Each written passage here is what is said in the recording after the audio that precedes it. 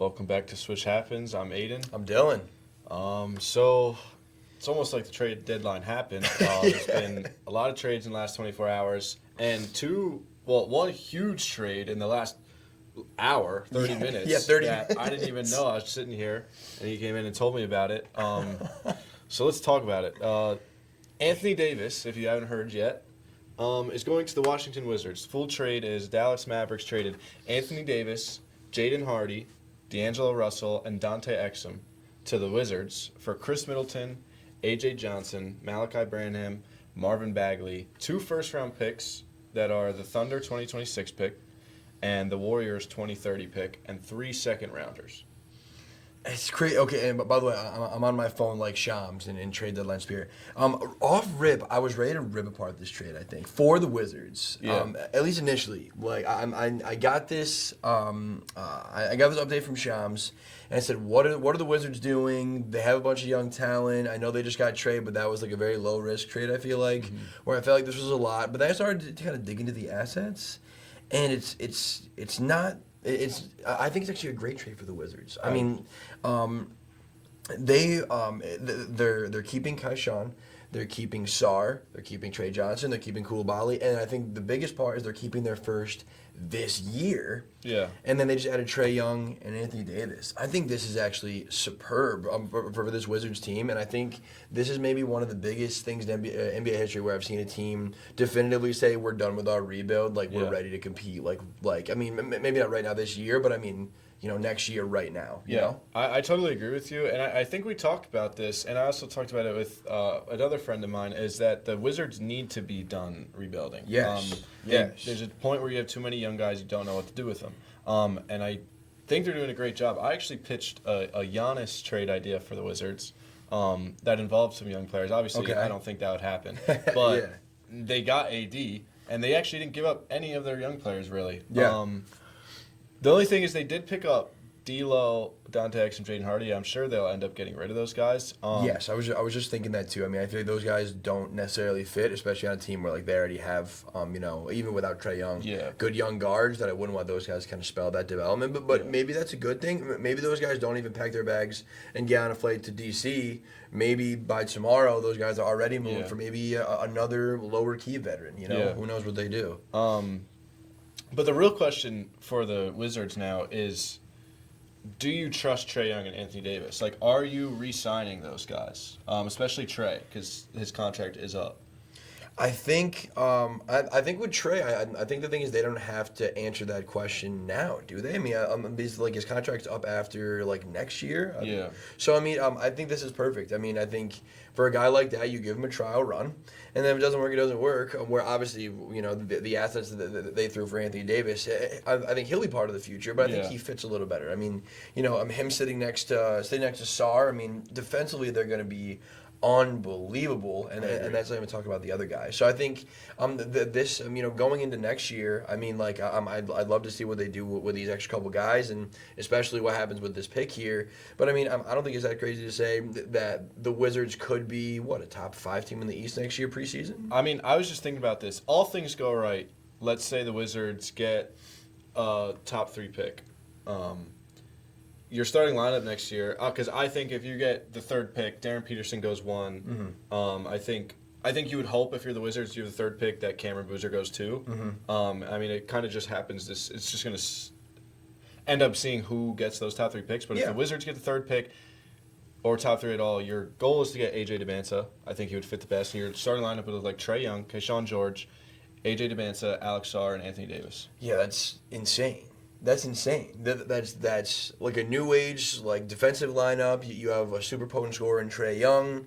I mean, that team could cook with fire like next year immediately. I mean, and like that team gives top 5 in the East, but that's like floor to me. At least like it could be a little higher. And you have depth.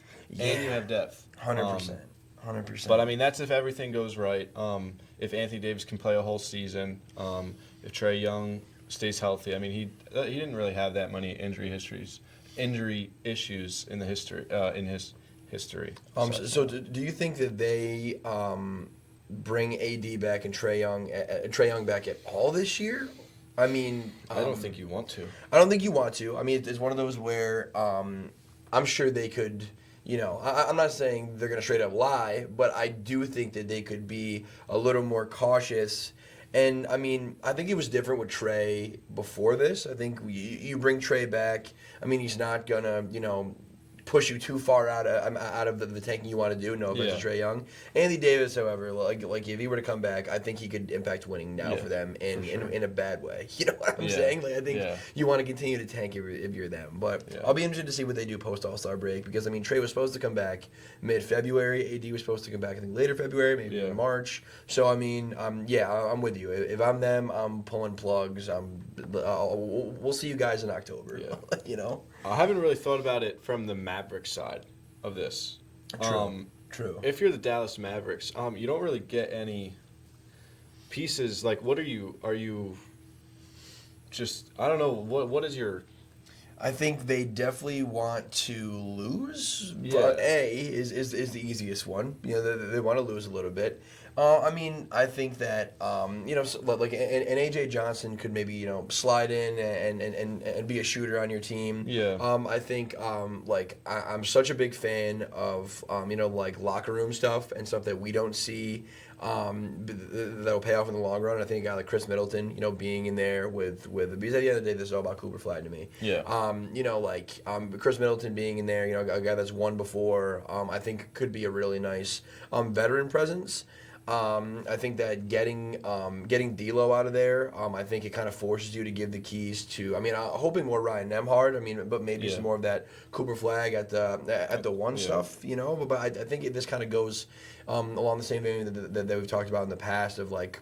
There was different ways they could go with the Anthony Davis trade, but it feels like they went with the safer. Let's just get off the money. Be bad, and then really make sure we're building this around Cooper Flag. But I mean, on top of that, like where's the Kyrie Irving in all this? That's what I was thinking because you still are taking Kyrie Irving back next year. Yeah. So where does he fit into your new plan now?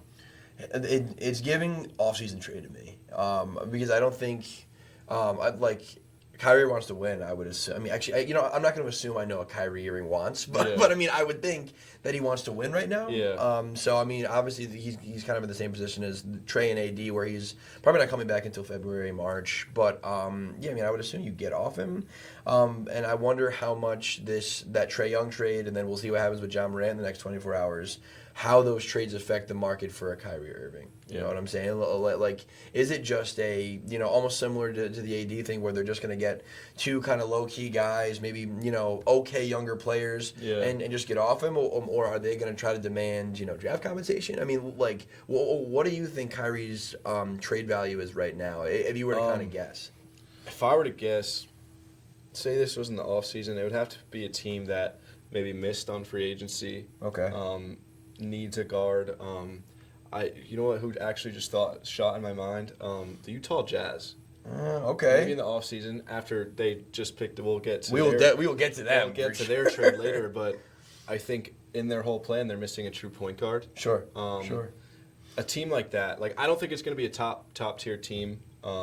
That's going to get Kyrie Irving. I think it's going to be one of those mid tier teams that's kind of just on a limb. Like, hey, we're not losing this year, but we're not like super contenders. So let's just try to get something that could boost us a little bit. I think it'll be a team that's right in the middle of the pack. I think it's valid. I mean, I think like we're seeing the teams that are kind of in the market for a job, which are I think Sacramento is kind of at the top of the list. Miami's at the top of the list. If neither of those teams get Ja, I can see them in there for Kyrie.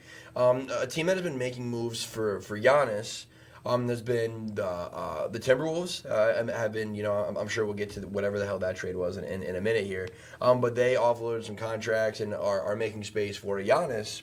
I mean, Kyrie is not even close to a consolation prize, but I mean, if you're going to make all these moves and get off of, guards that you have, after already not having a strong guard core, maybe they would be almost in need of a Kyrie Irving in the offseason, So I'm with you. I think there are teams that there are suitors for him, but it's not going to be teams like at the top of the standings. No. I agree. And I don't think anybody's like, I really want to get Kyrie this offseason, but I think it's going to be teams that kind of need it. Agree.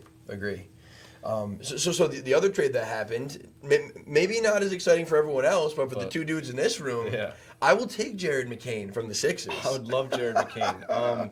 So the Sixers traded Jared McCain. I don't know why or where this came about, but the Sixers traded Jared McCain to the Oklahoma City Thunder for Houston's 2026 first-round pick and 3 second-rounders. You might think, like, oh, that's a little hefty for Jared McCain, but let's look at this last year. Yes. That is a steal. I mean, and what the Thunder, we develop guys. He doesn't need to come in and give us big minutes or big stats right away. We could just develop him. Absolutely.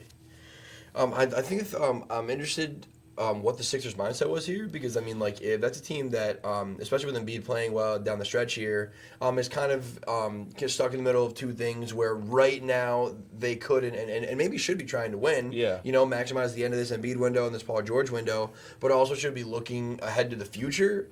Where I don't really know what this trade does for either of those things. So looking ahead to the future, you get rid of Jared McCain, and then in the moment you didn't bring any players back in that trade. No. So I feel like for both the short and the long term, you've kind of lost. I don't really get it. Yeah, I was also really confused. I mean, this year I wasn't super I have friends that are Sixers fans. I wasn't really super high on Jared McCain. This Agree. year. Totally agree. Like, especially earlier in the year or like earlier when he came back, he really wasn't playing that well. I mean, overall, he's right now he's averaging 6.6 points and he's shooting terribly this year. That's what my main thing was. Yes. He just doesn't look the same as last year. But in the Thunder sense, like I already said, we're just going to develop him. And in his last 7, he's averaging 8 and shooting 55 from the field and 57 from the three-point line. So he's kind of getting back in the groove. But yes, in the Sixers sense, what are you doing? Doesn't make any sense. You didn't bring any role players, which you are. I forget. They're like 5th in the East, or I think they're 6th in the East right now. And playing well. And you guys are playing very well. 100%. Like you said, Joel Embiid is back in the mix, and he looks very good. Yes. Yeah, so I really don't. It really confuses me. I agree. You just lost a role player that was kind of getting back into things, and you got Houston's first, yeah, which is going to be a bottom 3rd pick in the draft. Yeah. Like, I mean, I'm. Maybe people on the team were messing with him, now I'm starting to get like conspiracy theory, because it's almost very bizarre in a way. More of like an inside thing, because it also came out of nowhere. I don't think any GM knew that Jared McCain was on the. At least it didn't get out to the media. No, absolutely not. And I mean, and for the Thunder, I mean, like everyone talks about, it's great how we have so many picks, but like you have to do something with them eventually. So I think it'd be better to get a player that before he got injured, Jared McCain was being whispered about in like rookie of the year conversations last year. And so to get a guy in his sophomore season with one of your lower value first round picks and then a bunch of seconds that you've been accumulating like the plague. I mean, yeah. So I don't know. I mean, I just think that if you're the Thunder, unless it's like a Godfather offer and you're putting 7th first round picks together for a big player, I think this is the best way to maximize this treasure trove of assets. Yeah, I mean, we have 1 million picks, so obviously in our eyes the value of a first round pick or a second round pick is a lot lower. Yeah, of course. And we might as well use them on. It's like drafting a player with a way more insight on who he is. 100%. It's his 2nd year, so total low risk. Yeah. No, I like that. And I mean, I think the Clippers are immortally kind of woven in with the Thunder. I'd love to talk some James Harden. Right? Now that's what we got next. That was probably the biggest trade. Never mind. Wasn't the biggest trade. Maybe the second biggest trade. But biggest headlines, I would say, for the past couple of days was this Harden stuff. Very, very confusing trade to me. Yeah. So James Harden gets traded to the Cavaliers for Darius Garland and a 2nd round pick. Wait, wasn't it first? Wasn't it first, or was it a 2nd? I think it's a 2nd. Okay. See, so now I'm off it a little more, because at first I know like that there was some kind of explaining of the trade. I thought it was a first. I would have been more in on it if the Clips got a first round pick again this year. If they didn't, though, 2nd round pick. Okay, yeah. Then I'm confused too. Yeah, because I thought this was going to be a way for the Clips to obviously downgrade into town a player, but get a guy 10 years younger and maybe get a little bit of draft capital. Now, I mean, Darius Garland's hurt. He's worse than Harden. Yes. The Clippers are playing the best basketball of the season of almost any team for the last month. what's the point of doing this? I don't get it. I don't understand. I don't think you tell anybody, hey, let's trade a 40-year-old for a 26-year-old, for our 26-year-old, and let's give him a pick. That just doesn't make sense at all. No. I don't think it makes sense for either teams. But one thing that was going around was that Harden was requesting a trade or demanding a trade. He was unhappy. Sure. But what actually I saw, a reporter came out and said that Harden said he didn't want to feel like he was holding the Clippers up in their future. I wanted them to actually have a chance to rebuild and get some draft capital. In Cleveland, I see an opportunity to win in the East. They got a very good team, coaching staff, and all of the above. So as much as I wanted to stay in LA and give it a go, I've never won before. As a basketball mind, I think we have a bit better chance. But basically, before in that interview, he said he didn't really demand a trade or request a trade. He was asking to get paid, and they didn't.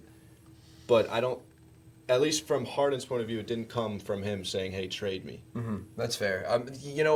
I feel like the more stuff I hear about it, it feels like the Clippers just didn't want to throw money at him. Yeah. When this contract was up, well, would be my guess about it. And I'm like, of course, Harden's going to come out and kind of be like, "Oh, I wanted to do this for them," which I think is a little bit BS. But yeah, if you're the Clippers, I understand that point of view for the financial aspects. Yes. But again, I just don't understand how Darius Garland is now going to give you a better chance to win than Harden. He's just not. I just don't think in any way he's going to do that. I know we've seen Harden, be the disgruntled star before, but if you just waited 48 hours, then there was nothing that he would have been able to do about it. Yeah, maybe they were trying to avoid them not paying him by the contract extension deadline and him being unhappy and then he just walked. Yeah. So at least get a guy like Garland back. I get that. And then if you're Cleveland, I think it makes total sense. Obviously, whatever makeup of this team has not really been working the last 2 years. Yeah. Let's start to really, maximize this Donovan Mitchell in a Cleveland Cavaliers uniform. Yeah. Who knows? There might be an impending free agent coming out of LA next year that might want to take one last run at it. Yeah. I think for Cleveland it makes a lot of sense. I don't know. In 5 years, when we look back at this trade, who do you think will have won the trade? Clippers or Cavs? I honestly, I don't know. I don't think there's a clear winner. I don't think there's a winner. I don't think either of these teams really benefit huge in the next 5 years. I don't think this makes the Cavaliers win. Sure. And I don't think this makes the Clippers good for the future. Sure. And that's what both of their points were of this trade, I guess. Yeah. This trade kind of just confused me, because I don't think either team really benefited. I guess the Cavs, I think a lot of people say Harden and D-Mitch are going to clash, but I don't think so. We've seen James Harden play with Chris Paul, Russell Westbrook, Kyrie Irving, and he does well playing a different guard role. Sure. He doesn't have to be the scorer. He can be a playmaker. He can be a little bit of both. I think it'll be interesting. I think that we will see how good Darius Garland is, I think, pretty quickly, in my opinion. I'm not saying this year, but I am saying this year, but because this Clippers team is probably going to make the playoffs, and that's now their second best player is Darius Garland. Yeah. It's going to be Kawhi, and then it's going to be Darius Garland is going to have to take some of that load. We're going to see how good this guy is pretty quickly, I think. He's only 26. Yeah. When he's healthy, he's been awesome, and maybe the fit just wasn't good, and maybe this goes well. But I don't know. I think that I'm trying to think which team has more to lose here. Both are oddly in similar positions where they don't have a ton going for them in the total future. The Cavs have Mobley, of course, but I really think that there's got to be some rumblings of Donovan Mitchell maybe a little bit ready to try to win somewhere else. Yeah. If this Cavs thing doesn't work out, this almost feels a little bit ditch efforty. But we'll see. I'm hoping we see both these teams. I know we'll see the Cavs in the playoffs, but I'm hoping we see the Clippers in the playoffs and see how this trade kind of plays out at least this year. So yeah, I definitely think keeping Harden would have been better for a playoff push for the Clippers. Agree, 100% agree. And then we'll go to the next biggest trade, and that was between the Grizzlies and the Utah Jazz. This one kind of caught me by surprise, but not really. It makes sense from both points of view, maybe one more than the other. Yep. Jaren Jackson Jr., John Concar, Jock Landale, Vince Williams Jr. traded to the Utah Jazz for Walter Clayton Jr., Kyle Anderson, Taylor Hendricks, George Niang, 3 firsts. Picks, man. A lot of picks. And the Grizzlies are going to get $30 million back from JJJ's contract. Biggest trade exception in the history of the league. Yep. Which is big. What do you think overall here? I have a lot of thoughts, and I don't know which way they're all going here yet. I think the Grizzlies are one step away from officially getting a whole entire new franchise. They're rebuilding. Sure. Sure. And I like it. I think it's time. I think it didn't work, what they had. I mean, if you don't get rid of Ja, I guess you're saying we're going to keep him. We're going to keep him as the guy to build around, which I feel like they've tried that before. Yes. So, I mean, that would be interesting. I kind of like it for the... I don't like it for the Jazz because you gave up 3 firsts. But back to the Grizzlies, actually. Time out. I forgot about this. They got 5 picks for Desmond Bane, and now they got 3 picks for Jaren Jackson Jr. 100%. 100%. Ton of assets. Trade Ja Morant and get more picks and young guys, and they're almost looking a little Thunder-esque. Sure. Sure. I mean, it's a good time to stack up on picks. You haven't been anywhere in the West in the past couple of years. There's some good drafts coming up. I think this is great for the Grizzlies. I think that a big part of this trade for me, on top of the picks, is the guys that they got back. I mean, I like Clayton Jr. a lot. Yes. I love Taylor Hendricks. Taylor Hendricks didn't get a ton of burn, or a ton of consistent burn in Utah, but I mean, I thought there was some really big bright spots, and I think that that's some of the parts of, like, everyone wants to be the Thunder. Everyone wants to, be, what Houston is kind of in the middle of. You have to hit on your draft picks, but you also have to hit on that talent you acquired too. Yeah. And I mean, not everyone is going to acquire SGA as part of these big trades. It's not going to work like that. But I think part of that is acquiring good young talent and draft compensation. And I think I think that's getting. Like talked over a little bit is like they have the picks, but I think the players are a really big part of it too. Sure. I think I almost hate it for Utah. And it's all Jaren Jackson based. It's all because I used to love Jaren Jackson. I love, like, versatile defenders. I love guys that can defend 1 through 5. That's what he does. Yeah. But he doesn't defend.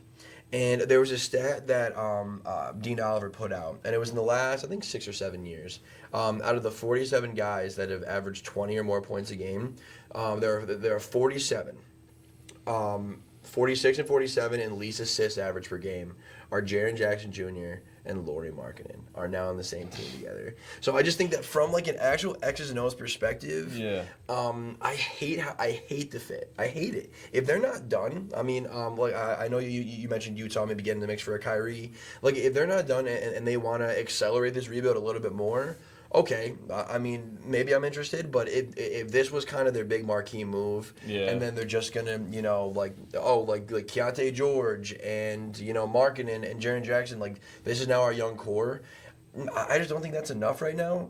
I think Jaren Jackson doesn't do, he doesn't do, like, the extra stuff that, I don't know. I just think that just the defending and being like an offensive presence, if you're 6'10", 6'11", is not enough. And I don't know if Lauri Markkanen covers that up. I know they have Kessler, but then I don't know. I just don't know what their team looks like moving forward, or if I believe that this is, like, enough for them. I don't know. That's my opinion. I think you make a point. A good point, because I mean, Jaren Jackson, if you look at him in a good light, is, like you said, a perfect player. Yeah, unbelievable. But then you look at, like, what he actually does, brings to the table. Yes, it's not a lot. I mean, that front court of Jaren Jackson, Lauri Markkanen, Walker Kessler is interesting for the size and versatility. Yeah. But are they gonna rebound? Are they gonna play defense? Are they gonna be efficient? Who are the guards? I mean, like, it's Keontae George is great, but I mean, you just gave away Clayton. I mean, who is filling out your rotation in the in the backcourt. Yeah, Isaiah Collier just had 22 assists. He has been dishing that thing out.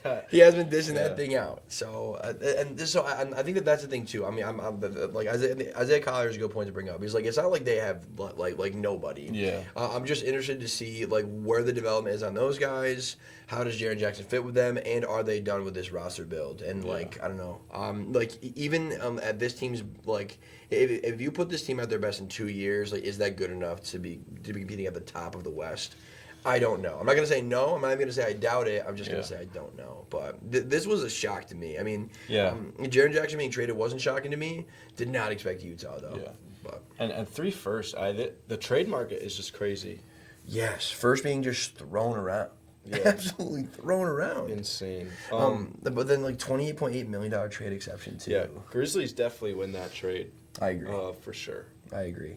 I'm super interested, and I would be dumbfounded if John Morant is on that team tomorrow. Or by the time 3 p.m. it's tomorrow, whatever that is. Yeah, I hope they trade him. But to where is the question?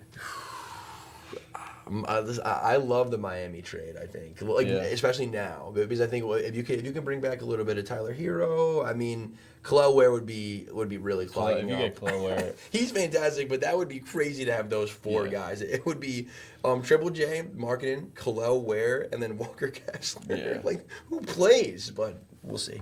We'll see. That'll be a next week conversation. Yeah. And we got Nikola Vucevic from the Bulls, traded to the Celtics.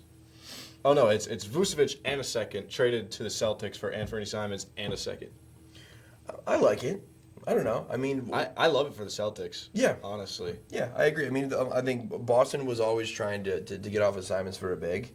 I mean, it feels like Zubats was off the table, and maybe they didn't want Sabonis. And so I think for what was out there, I think I like it. I think it helps them compete now. Yeah. But then especially next year when they're at full force.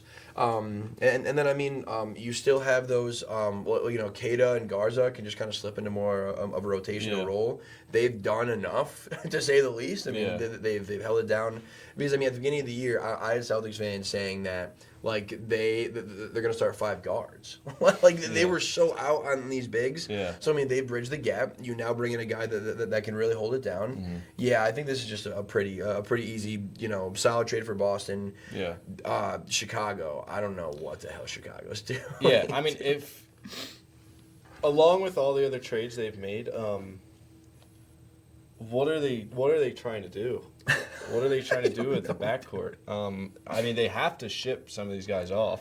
Yeah, so I mean, this is a nice a segue or a combination of the other trade too. So what? They brought in Ivy, they brought in Conley. Yep. They just brought in Simons, and that's to go along with Giddey. And then they even have Cal Moore's there. They have Kobe White. Kobe White's Ayo there. DeSamu. Yeah. So I mean, we talked about it on a pod maybe a couple months ago. Is that a lot of those guys are expiring? So maybe that's I guess maybe that's the plan. Is just like let's just bring in a bunch of guys that are going to expire, but then like now you have a bunch of money and like not a ton of talent. So like, what are you going to do with those with all that money? Yeah, so, I don't. That confuses me. I don't get it, dude. I don't understand. Yeah, but so part of that 3-team trade that the Bulls got Mike Conley and Jaden Ivey for, the Pistons acquired Kevin Huerter and Dario Saric, who the Bulls got. Actually, I was just gonna wait till that. But the T-Wolves were a part of that trade, and basically all they got was a protected first, and they cleared cap for.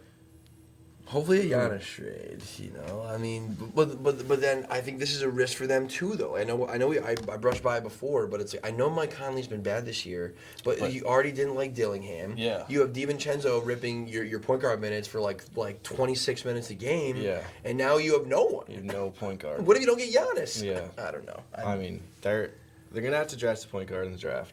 A solid one. It's a good draft. I mean, I think point guard is the heaviest position in this next draft. Sure. Sure. There's guys you can get, but I don't know why you give up your point guard this year. No, especially when I'm jumping around a little bit here, but Schroeder went to Cleveland Cleveland before the Harden trade. So a guy like Schroeder was available. He would have been perfect to slot into that starting point guard role in Minnesota. But then you just kind of let that go. I think like that's the risk with when a guy like Giannis is available, like.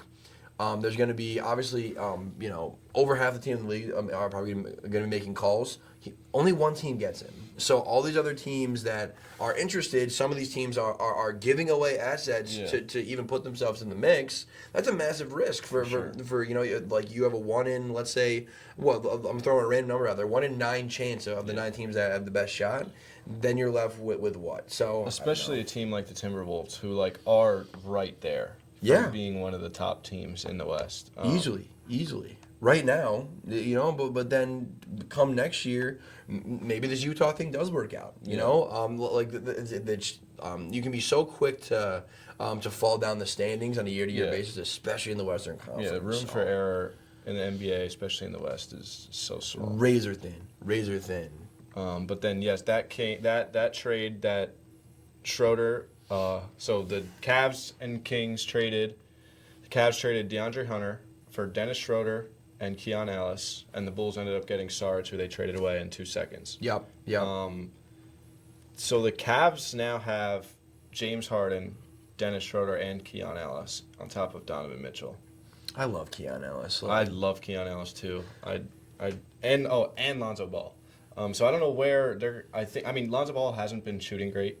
He's actually been shooting terribly. He's been so bad, unfortunately. Yeah. He's been really bad. So does Schroeder go above him now at the point guard position? Probably. I would assume so. I can see him just running that second unit. I think it's just like solid. Like we've seen him do this on every team he's been on. Just be like above average, not an elite backup point guard, but a borderline elite backup point guard. Yeah. And I think that's what this team needs. Keon Ellis was like rotting on the Sacramento Kings bench. Save him. Like this is gonna be fantastic. For sure. I think Cleveland. Even though I still put them at like maybe 3 or 4, I think that this, at least just in my opinion, kind of is a nice rejuvenation for them to kind of maybe turn the ship around a little bit at least. So we'll see. Yeah, Dennis Schroeder. I've always loved Dennis Schroeder. That's why I got a picture with him last week. That's right. Yo, I'll throw those up in the editing. We both have a picture of his. How long ago was yours? It was Schroeder before his rookie year. He was doing a draft workout with the Celtics. At the same time, I was playing AAU basketball. We had a tournament out in Boston, staying at the same hotel. Yeah, and you met him last week? I just met him last week at the Temple Rec Center. They were walking out of practice, and I was walking in to go play some basketball. Yeah, so we are a pro Dennis Schroeder pod here. Yeah. That's funny. No other trades. I have the Hawks traded Vit Krejci to the Blazers for Duop Reith in 2 seconds. Yeah, that was like a weird fringe trade. Like I'm assuming that's a money thing. Yeah, the Hawks they created roster space for whoever, I forget. I don't know who they were getting, but now they have 7 future second round picks to dump off too. Okay. That sounds like some stuff that they could play around with, maybe like during the draft, or they have some assets they can throw around. Okay. Yeah. I like that. Other news, I have Paul George. Come on, man. Suspended for 25 games. What happened, man? What happened?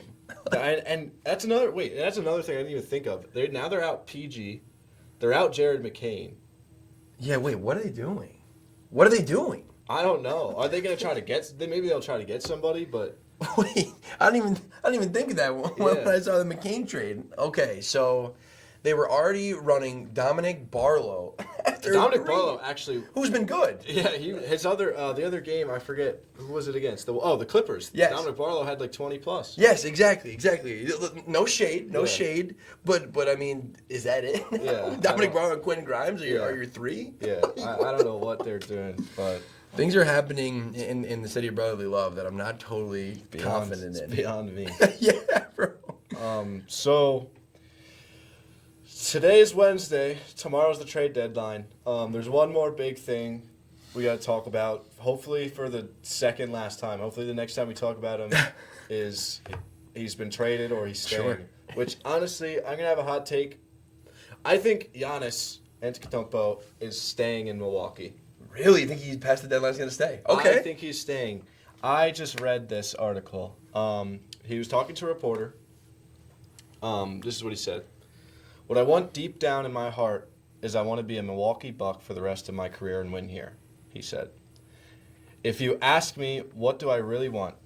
Deep down in my heart, I want to be a Milwaukee Buck until I retire and win a championship here. End of sentence. If that is not possible to happen, and if then you realize maybe that's not the case and maybe they're looking elsewhere and that's not what they're trying to do, then automatically you have to be in the plans of what they're trying to do or weigh the other options as normal. But what I'm trying to say, how many chances do I have left to win a championship?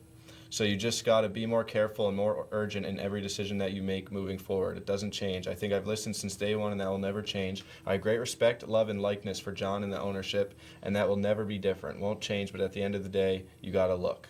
And he also just posted on Instagram, I think today, no pencil, but I'm still drawing all the attention. Crazy. So I think what I got out of that is he is not talking to the GM. He's not talking to ownership saying, trade me, I want to go win. Mm-hmm. I think he's just let his feelings be known. He'd say, hey, I want to win, so whatever you have to do, you do it. Because I think that no pencil, but I'm still drawing all the attention. I think that means he's not behind the scenes. Like, he's not doing anything himself. Yeah. He also said, there was also a quote, I forget what it exactly was, but he said he's not in the trade discussions. Like, he is not there, like how LeBron would be or Harden would be, like pushing stuff. I think he just let it be known, and he's just going to see what happens. I think that's fair. I mean, I think, see, and at least just off of your first read, what I got out of that was the beginning was, I love Milwaukee. It almost feels like he's saying, I want to be a Buck forever. It almost feels like to me he's saying, I wish I could have been a Buck forever. That's what it feels like to me a little bit. And then, like, I think I can't figure out if I have respect for Giannis for the way he's gone about this, or I'm kind of annoyed because, like, I hate when guys demand trades, like, well, a guy like Harden, you know, it's funny, a guy like Harden, which, you know, this time Harden went about it in a more respectful way, but in the past he hasn't, because that's a little much. Like I know, like, you know, like a player empowerment, if a player doesn't want to be there, like, you know, let's talk to management about it. But then if you're Giannis, he's been almost the opposite end of the spectrum, where it's like, dude, if you want to get out of here, just tell him you want to get out of here. Like don't do, like, I remember it was after the season ended, I think Shams tweeted, like, Giannis would be open to the idea of trade talk. It's like, all right, what are we doing here, man? Like, I think he's dancing and hopping from both sides. A little bit, yeah. He wants to be like that fan favorite. He wants to be like, I'd stay in the same city, same team for my whole career. But at the same time, he's like, oh, I want to win. I want to go somewhere where I'm winning. So I think he has to, like, figure out what he really wants to do. Because he says this, and you say Milwaukee keeps you, they've made moves. I mean, that Dame trade was for you guys to win. It just didn't work out. You can't really be mad at management. Maybe there was moves that on the inside that we didn't know about that he was like, hey, do this, do that, and stuff didn't happen. Maybe that you could be mad about that, but you can't really be mad if you're not winning and management is making moves. But also, if you get traded, you can't be like, oh, I wanted to stay on the Bucks forever. Yeah, well, and, you know, I think that the key in that is that, like, he can, I mean, like, he shouldn't be mad, but he also should be able to be like, hey, listen, I appreciate that you guys bent over backwards to try to keep me. He did sign that first Supermax extension with them a couple years back. I think now at this point, I think this is funny. This reminds me of Dame, but Dame stayed way too long, and Dame's obviously not Giannis. Yeah. Is like, no one is gonna be upset if this guy is like, hey, listen, like I'm gonna get out of here. But he hasn't really done that, and again, like, I'm like, I respected it at first, and now I'm just annoyed by him because I'm like, dude, obviously you want to. Like, I think obviously he wants to leave. Like, again, I think, like, it's not I want to be a Milwaukee Buck lover forever. It's I wish I could be. You know, so just say that and get the hell out. So, like, even if he's not traded by tomorrow, if I was a betting man, I'd bet everything I own that by night one of the season next year, he's on a different team. I don't know what team it is, but if I had to guess, or if I was in Milwaukee Bucks management, I do not trade Giannis at the trade deadline. I trade him in the offseason. You'll get way more. If you trade him draft night, you'll get way more value for the future. Because right now, not a lot of teams are set up. There's a few teams that are set up and have a lot of value to give you. Sure. And if you don't love that value, you're not forced to trade him. I mean, unless Giannis is like, hey, guys, I won you a championship. I did all this. Yeah. Trade me. But obviously he's not saying that. Exactly. Yeah. So a little too much dancing, but I mean, yeah, we'll see. It feels like this entire deadline has been, centered around Giannis in terms of what people have been talking about. But then there's been 6 or 7 other insane trades that have happened under this, and it almost feels like it's all not directly related, but indirectly related to Giannis and what he's doing. So it'd be wild that all these teams did all this stuff, and then the dust doesn't get traded. Dude. I know. And Milwaukee's just bad. They're still bad. They're still losing. Yeah. He just got hurt. I don't know. Yeah. But I'm with you, though. If I were Milwaukee, I wouldn't trade him tomorrow either. Yeah. So. Oh, wild stuff. I know. Wild stuff. So that's it for news. Do you have anything else? No, that was a lot. My head's spinning. Yeah. 10 minutes before I walked in was the AD trade and the McCain trade. Yeah. I don't have any bandwidth for any news on the court, unfortunately. I wish I did. So let's go to something fun. So I put together. I was thinking, what are the top 5 all-time teams? Anybody that ever touched the team's jersey in their prime. So like you could have prime Melo on the Thunder because he was on the he played on the Thunder for a little bit. So anybody that ever played a game in the jersey, in their prime. So I actually have 10. We'll do a blind ranking. I don't know if you want to do all 10 because it's kind of a lot to remember. Let's do 5 or 7. What do you think? 5's traditional. 5's traditional. Let's do 7 though. I like 7. I think 7 gets in all the interesting teams. Yep. Okay. Now the order I want to do. I'm just going to give you. So as we're doing this. So this is not like if the Thunder as an example. It's I get Melo when he was on the Thunder or Melo as the best Melo that prime. Ooh. So I'll give you the team and I'll give you their starting 5 and a 6-man. Okay. Or we could do. I'll name you all 10 and you could either say out of it, so you don't have to rank them. So we'll only rank the top 5, and you could just say if there's 5 a team I give you, you say out of the top 5, not in the top 5. I like the blind. I like the blind ranking. Let's do a blind. All right. I have no idea what's coming here. So there's 7 teams. All right. First, we're gonna go Golden State Warriors. Okay. Steph Curry. Yep. Klay Thompson. Kevin Durant. Draymond Green. Wilt Chamberlain. 6-man. Jimmy Butler. Okay. So, because 4 is that cop-out spot where it's like you put it in the middle and everything goes around. I think this is 3, though. I'll put Golden State at 3. Go 3? I think that Wilt Chamberlain in there, I was not thinking of Wilt. That's an insane center to have. So I'm going to go 3. I'm going to go them in the top 3 teams. All the way. By the way, sorry if you guys are hearing this and saying, "Oh, what about Moses Malone?" This is very modern bias. Honest. I yeah. like that.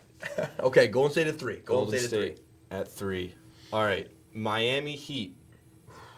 Gary Payton, Dwayne Wade, LeBron James, Chris Bosh, Shaquille O'Neal, Jimmy Butler. Also, if you want to trade in somebody, you can at any point. But I like that team the way it is. Them all being in their primes is throwing me. I know. It's great. It's crazy. All these teams are insane. Of course. Okay, so they're not 1 or 2, and they're not 7. So where do they fall in 4, 5, 6? I'm trying to think of what teams you're going to throw at me here. 1 and 2 are almost kind of locked in my brain. So, I won't say who they are, but they're kind of locked in there.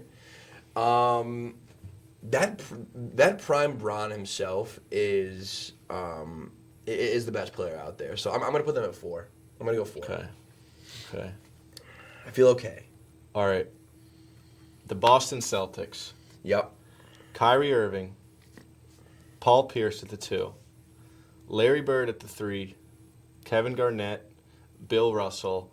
I had to put Bill Russell in there. Of course. And now my 6-man, I had it too. I don't know what to go. Shaq would be if I was just choosing the best player. I also was going to put Shaq at the 5, and I was like, no, I got to give it to Bill. Sure. Got to give it to Bill. I think that's respect. Yeah. But the other guy I had was Jason Tatum, because I think Jason Tatum as a 6-man gives you more versatility as your 6-man. Sure. Because say you want to push down KG and Bill Russell, take one of them out and give some more spacing.